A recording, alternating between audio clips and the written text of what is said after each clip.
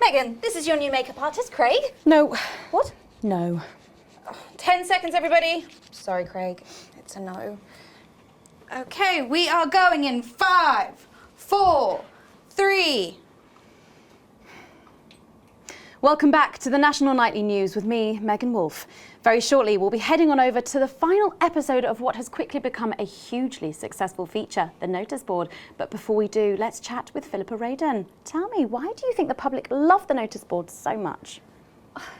It's real. There, I said it. It connects with people. You know, people look at us and they say, those are real people struggling with real problems.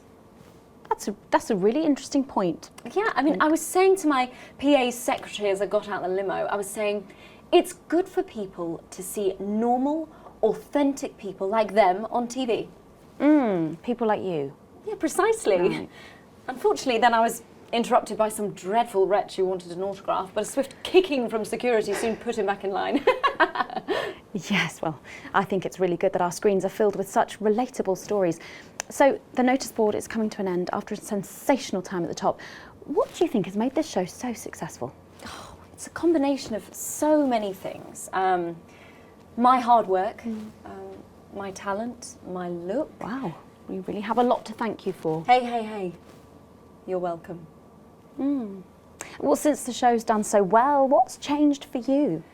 I have a real sense of responsibility now. You know, a sense I've been entrusted with something precious and that I should use that platform for good.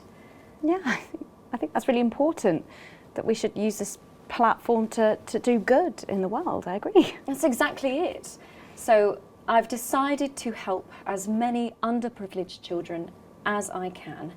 Wow, Philippa, that's really amazing. So, how are you doing that? Is that better access to education, or reducing child poverty? No, by adopting as many as I can get my hands on. Oh, okay. How many children have you adopted? Oh, we're well into the double figures now, Megan. I stopped counting in the late 30s. Goodness, that is a lot of children. Yeah, once we finish putting them into the guest room, I'll have to put a futon in the laundry cupboard. Oh, you really are some sort of hero. Hey, I live a privileged life. What can I say? I mean, any child I can take on is a child rescued from suffering. Poor children. Were their lives really that bad before? Oh, they're Northerns, I presume so. Okay. Yeah, it's shocking to think, actually, that only 1 in 10,000 children have a celebrity parent. I'd never thought of it that way before. And I'm doing everything I can to fix those numbers. What do you think it is about your life that's so desirable, then? Well, it's mainly shame and panic interspersed with expensive bottled water, so actually, if anyone wants to, I'd happily trade. Now that I can relate to. Right, you better go off and get ready. That was Philippa Radon sharing some thoughts about her lifestyle. I think it's really important to stay grounded and keep everything in perspective. Clearly, not everyone else agrees, but that's enough for me. Let's go now over to Dangly Parts for the final ever episode of the notice board.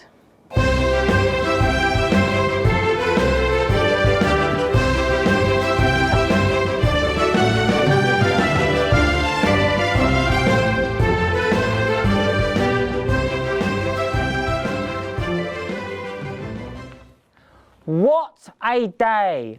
First the tea morning, and now to post this notice. I don't know how I managed to cope with it all. Oh wait, perhaps I do.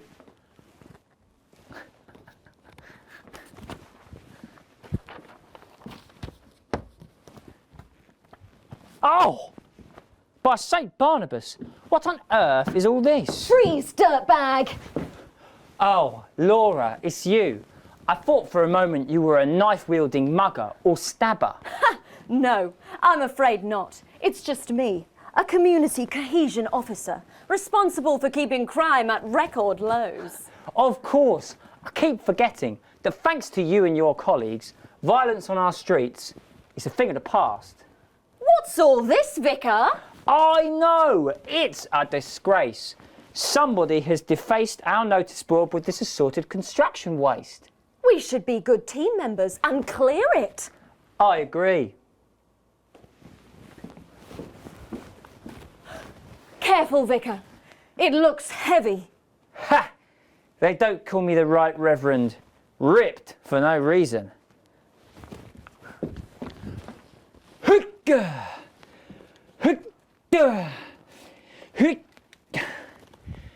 It's no good. It looks like all those crucifix classes were a waste of time. Perhaps you, a young CCO, would be able to move it.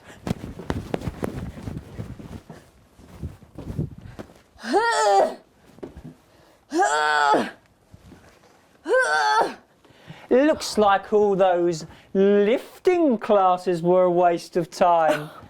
It's too heavy, even for me, a strong and capable woman. Surely there's no one alive strong enough to lift this. Did someone call for the best firefighter in town? Hi! Well done, Captain Evans. You're so much stronger than us. Especially me, the weak old man. It's the least I could do for my community.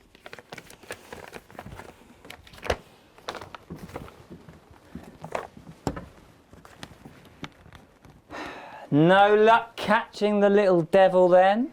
Unfortunately not. The ferret struck again last night.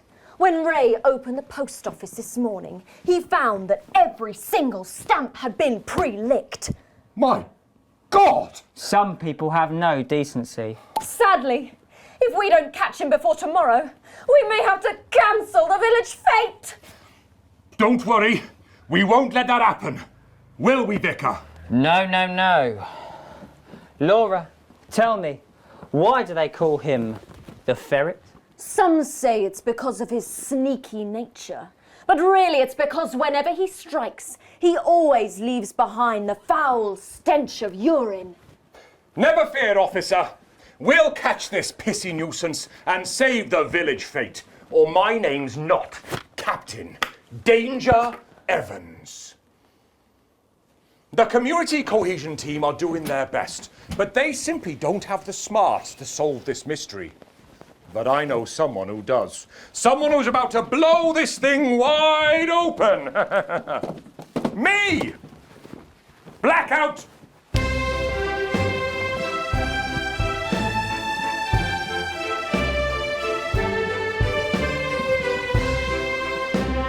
Ah, it's the morning of the village fete, thanks to theatrical convention. I sure hope everything goes to plan. Oh, look! There's Mrs. Craven setting up her cake stall. And look, there's the motorcycle display team setting up for a show that would be far too expensive for live television. I'm going to set up the coconut shy. What are you doing, Vicar? First, I'm running the tombola. Then I'll be selling forgiveness for money. Aren't you judging the jams? I couldn't possibly. Well, that sounded like Mrs. Craven. Looks like someone sucked all the jam out of her donuts. That damn ferret has struck again! Whatever are we to do? Although I'm very competent, I have no idea how to solve this case. I guess we'll just have to cancel the fete. Hold it right there, ferret. Me? Have you been drinking from the fire extinguishers again? Not you, the vicar. I don't know what you're talking about. Admit it. You wanted the village fete cancelled so you could have the day off, didn't you? I already have to work Sundays. I shouldn't have to work 2 days a week. But how did you know? Well, my first clue was the smell. Yes, I do smell of urine. Next, I noticed that the vicar's tongue was particularly dry, almost as if he'd been licking thousands and thousands of stamps. Or perhaps eating Mrs. Craven's baking. Which brings me on to my third clue. The vicar said that he had no more room for jam. Almost as if he'd had his fill. Precisely. But you managed to figure it all out from that? Well, I also found this at the scene. That proves nothing. No! Get him out of here, officer! You did it, Captain. You could say you ferreted him out. Hey, come on. Let's go and have a party in my massive garden. I am doing well. Thanks to you, we're all doing well.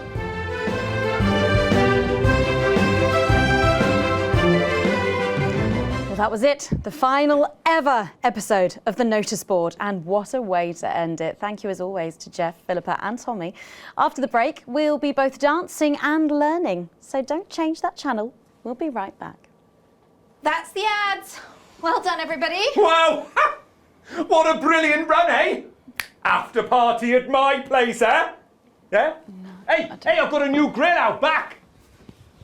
Oh, I've got 4 kinds of sausage. Hey, you.